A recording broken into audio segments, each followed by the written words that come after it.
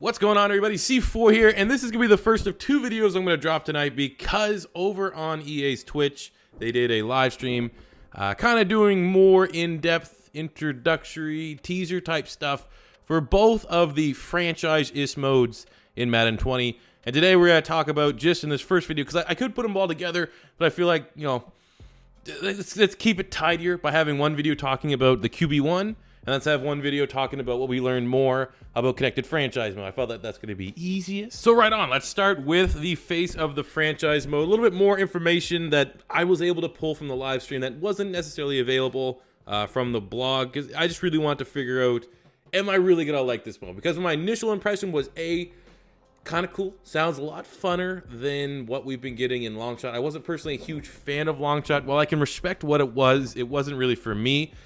But I know for a lot of people, it's not what you were looking for. You wanted that traditional older Madden, plus you can kind of look at 2K Superstar style of mode where it's really, really in-depth. There's storylines, and there's just a lot of immersion to it. You can get multiple hours and play it multiple times. And I said, well, it kind of feels like at face value, that's what we're going to be getting in QB1. But also from just what we've seen and understand that they say that there's going to be, you know, you got to pick your voice and all this stuff. It's going to be heavy cinematics like we saw in Longshot, which when you hear heavy cinematics, you need to understand that that's going to mean there's only so much you can do. There's only so much storylines. You're kind of going to have to roughly follow a certain framework. And I kind of feel like that's not what the majority of people want. The majority of people want to not just play quarterback. They want to play other positions. They want to do their own storylines. And when you kind of have to be told what to do and you kind of get nudged towards a certain direction that you're going to have to go down, for me, ultimately, it just ruins replayability. I feel like QB1 is going to be fun for the first time. With the information I'm about to break down to you, it could be fun for a second time, but there's only so many ways until it's just, you know, you're stuck doing the same kind of thing, going through the motions. So, you know, again, it comes down to EA has an identity crisis, I feel like, for the Madden title. Do they want to be a game that appeals to the casual player, or do they want to be a game that appeals to the hardcore player? And this QB1 story mode shows that friction, shows that tug of war, where they're kind of in between. And when you're in between, more often than not, it's going to upset the hardcore demographic, which I feel like I somewhat represent. But what we found out more about QB1 is that your storyline is going to be roughly the same as Cardale Jones, where you're going to come in as like a short-term starter and then have a big-ass year and then decide, you know, I'm going to actually declare. I'm going to strike while the iron's hot, and I'm going to declare. So you're following, that was the exact words from Mike Young. Said, you know, if you had to closely find a way to identify a similarity that you're going to follow in terms of a career path getting into the NFL, he related it to Cardale Jones when he was at Ohio State. You're going to play through full games for the college football playoff, which is kind of cool with all the 10 schools. Can't wait for me, personally, to take P.L. Mullins to the Florida Gators and try to win the natty there. There is, from what I can tell, though, a lot more customization than I expected in terms of, you know, how things are going to look, in terms of all the different skin tones and hairstyles and all that stuff. I actually kind of thought, you know, maybe I wasn't giving them enough credit. I thought it was going to be a little bit more generic and there wasn't going to be enough to really make me look like me. But it looks good. It looks like a generous amount. You can build your quarterback archetype. So as you start your career, you kind of identify right off the get-go. You know, do I want to be the pocket passer? Do I want to be a scrambler? And like from that's where your framework and story starts to develop upon, which sounds kind of cool. But again, that kind of shows you that realistically, there's only like, you can make a pocket QB, you can make a scrambler QB, you know, and then what else is there kind of thing. He did mention that like when you do the drills and stuff, you go through the motions, the little tutorials, you're going to want to do good because those performances throughout all these different drills are going to affect your storyline, affect your player, where you're going to get drafted. I assume maybe there could be some way that affects your stats and your base overall for when you get drafted, so that's kind of cool. There's going to be combine general manager interviews, press conferences, and stuff like that, where your decisions, your answers affect the story, which, again, that's kind of cool. That's something that I definitely want to see. In terms of cinematics, like this, that's as far as I personally would go, because there's so many different ways you can randomly generate the certain storylines. Like, you know, it's like an R.L. Stein Goosebump book, you know, control your path of where you're going to go.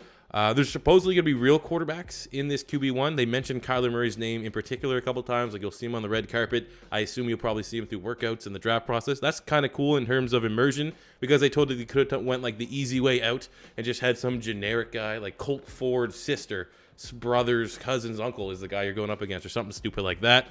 And then they basically said once you go through the motions and you do all of the story mode stuff, and then you get to where you want to be, and you go through the entire world that they're creating, you get to go into like your franchise mode. Your whatever team you end up getting drafted to, it's gonna be much more so like when you start a franchise mode, but you control it as a player, where like your backgrounds and stuff is in the locker room. And the storyline engine is going to play a big part, which is being branded as the scenario engine. And they said it's going to be similar to 2K's The One, which I need to be honest with you guys, I'm going to plead ignorance. I've never played 2K. I'm very bad at basketball games, so I don't know if you guys can tell me if that's The One's a cool story mode or not, but that's what they kept talking about. But the one thing I actually thought was kind of cool, which in terms of replayability could help it a little bit, is that they said you can earn and try the different X Factor abilities, which is a big selling point of the mode this year for your quarterback. So again, it's going to be these special traits.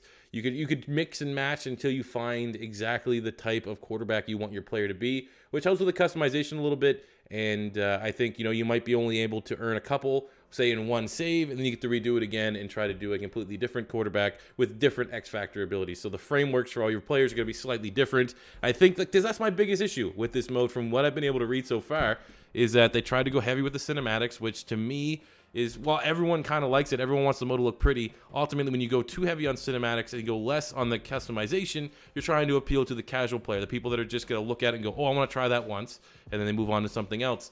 But from what they were talking about within this stream, it gives it a little bit more in terms of replayability. I'm still not, if I had to be completely honest, I still think that less on the cinematics, and you spend all that extra time, all that extra budget into making it not just playing a quarterback, but you can play any other position. You have all this stuff that ultimately I just want a mode that I continue to play through the whole cycle of Madden, not something that I'm going to rush to play early in August or July, or whenever the hell the game actually released, and then by the end of August, I'm never going to touch it again because I already beat it.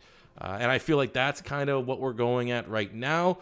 And it's still going to be fun, though. Ultimately, we can't nitpick it. I want to be optimistic because I do think it's going to be pretty fun for even if it's only that first playthrough. And it comes down to that common theme that we talk about for Madden every single year. And I do feel like, though, that this is definitely a step in the right direction because you can see the progression from long shot to the mode that we're getting here is that it is a good building block. This is a great starting point considering that if you compare this mode and what we're going to be able to do in this mode to long shot, I'd much rather this be the starting point, the building blocks. It's Mike Young, who was the long shot guys, now like one of the big creative guys there. This is his first big project. If this is going to be the building block going forward, I think, there's not going to be less content in Madden 21 or Madden 22 for this mode. This is going to be the starting building block, and they're going to be able to continue to expand that in Madden games of the future. And I think, give this mode a year or two, then I think it will be completely customizable, and you'll be able to be more different positions. Even if, you don't have to do all. If that's going to be too much strain on the developmental cycle, just make it so you can be a quarterback, running back. Give me like 3 offensive, 3 defensive. You quarterback, running back, wide receiver, and then do like defensive end, linebacker, and DB. Pick a safety or a corner. I just feel like even just having 5 to 6 options would suffice enough, just so that you can do different run-throughs, do different positional battles, learn and gain different X factors, gain different perspectives. Because hey, you know what? I'm someone that always uses it. I'm a noob. I always use your defensive lineman. But if I do a franchise, face of the franchise with someone on the other side of the defensive ball, be it a linebacker or safety, that might encourage different and brand new play styles, players to get outside of their comfort zone and play the game differently, which I think ultimately is good for the franchise, not just for the one mode. So, you can get, as we like to quote the Trailer Park Boys, you can get 2 birds stoned at once if you add that extra element of customization to the face of the franchise mode. But ultimately, I'm excited for the mode. It's something new for me. I think maybe even because I took the year off long shot. I played long shot 2 years ago. It was all right. It was what it was. Heavy cinematics. I didn't play it last year, so it's going to be slightly fresher for me versus some of you guys that might have actually played it a couple times in Madden 19. But for me, I'm gonna want to play it once. At least, if not, like right now, how I'm kind of thinking of it in my head is you can do one where you just try your best. You try to make your guy as good as possible, and then you might be able to have a different one where you just try to suck as much as humanly possible. Try to be the lowest pick possible, and then have that complete, oh, he's a bust, or oh, he's not that good, and then he comes out of nowhere to pop into franchise mode and become a Hall of Fame quarterback. So for me, in my head, there's 2 career arcs that I think would be pretty interesting to take a look at, and I definitely, hey, while we're here, what do you guys think I should do for my franchise mode, my face of the franchise QBs? I'm thinking P.L. Mullins would be the funnest guy to use, but I mean, can we already start getting some brainstorming going here. Would you want me to actually try and make him serious and try to make him like the GOAT QB? Or would you rather make it a little bit more realistic? Maybe have our own custom storylines that go along with what we're going to get available to us from the Face of the Franchise engine and try to make PL Mahomes like the worst guy possible, which gives the challenge that much more greater to make him a great quarterback in the NFL. But we got lots of information tonight from Face of the Franchise. I don't necessarily know. I'm probably not going to do this video for the Mutt, but I think next week they're talking about the X Factor a little bit more. I'll probably be back then. And then in 3 weeks, they're going to talk about gameplay. I'm not a big gameplay guy, but I'll try my best to decipher it.